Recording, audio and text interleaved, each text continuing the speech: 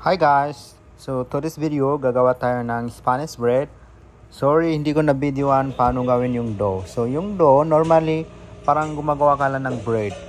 But, last nyo ilagay yung ating butter. Okay? Yung butter. From temperature butter. So ayan, nagpo-portion na ako niyan. 40 grams each dough. So makagawa ka ng 40 pieces na what is called Spanish bread. So yung recipe nasa screenshot, nasa unahan ng video. So ayun, nagro-roll na ako. Yung ginawa kong filling dito ay ginawa ko yung digestive biscuit dahil wala kaming breadcrumbs dito sa aming bahay.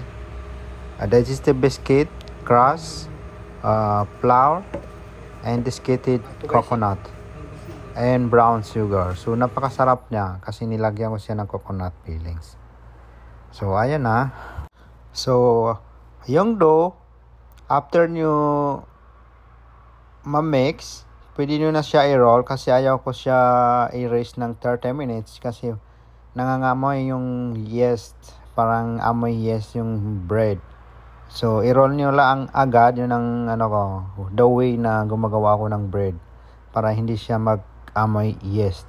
I-roll nyo agad, tapos i-rest nyo ng 45 minutes, then bake to 75 degrees Celsius to 20 minutes to 25 minutes.